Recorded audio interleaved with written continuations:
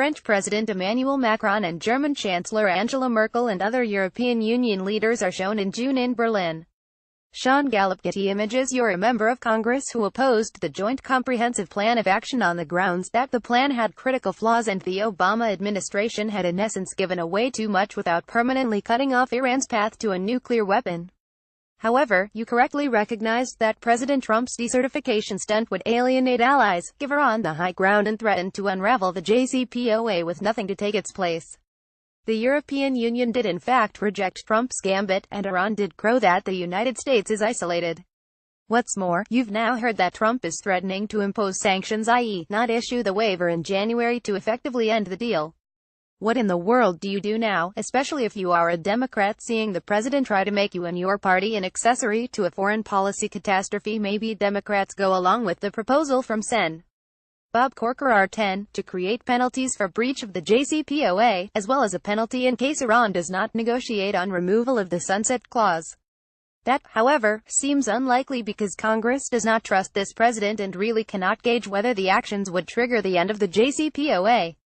Corker may work some magic, but right now that doesn't seem to be in the cards unless Congress can manage to pull back Trump's unilateral waiver authority.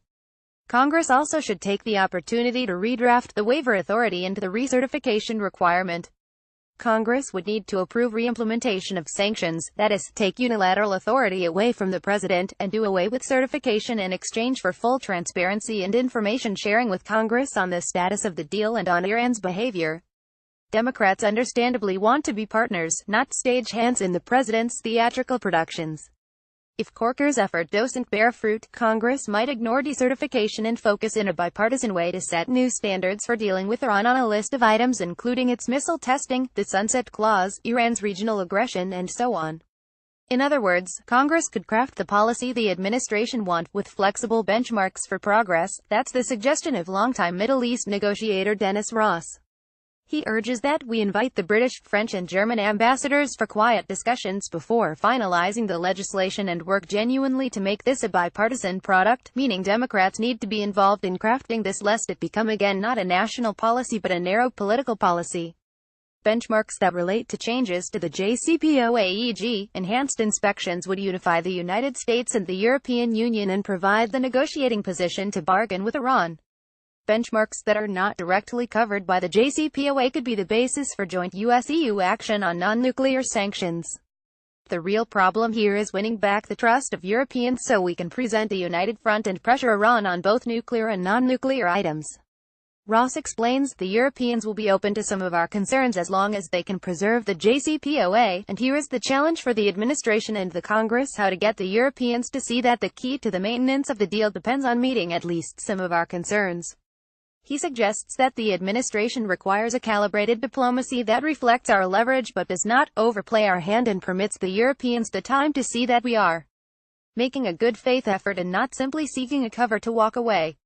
But who thinks this administration is capable of doing any of that? Ross offers an intriguing proposal. A premium needs to be put on the administration that can orchestrate a complicated set of discussions and in a way that they support and don't undercut each other, he says. That is why I think an outside senior figure who has credibility should be appointed, who would convey a message of good faith to the Europeans and help give them an explanation with their own publics. That would, in essence, take the administration and the president out of the day-to-day haggling over the deal and not make Congress the fall guys if things go wrong, e.g., if legislation triggers a collapse of the JCPOA. Why not former Senator Joe Lieberman or former CIA Director Robert Gates or former Deputy National Security Advisor Elliot Abrams? Someone of that caliber could help diffuse tensions between the United States and the EU and convey a level of seriousness without rattling our allies. If nothing else, appointment of a negotiator could soothe the president, who would be assured that we are doing something. The trick, of course, is getting Trump to be quiet and let such a person do his job. Unfortunately, there are no great options here, and a very, very problematic American president will need to find a way to muddle through. Corker has suggested one avenue, we've come up with another. Perhaps Democrats have a third approach. Everyone in the effort, however, would need to agree that the purpose is not to destroy the JCPOA and get into a military confrontation with Iran but to strengthen the deal and Western resolve to contain Iran.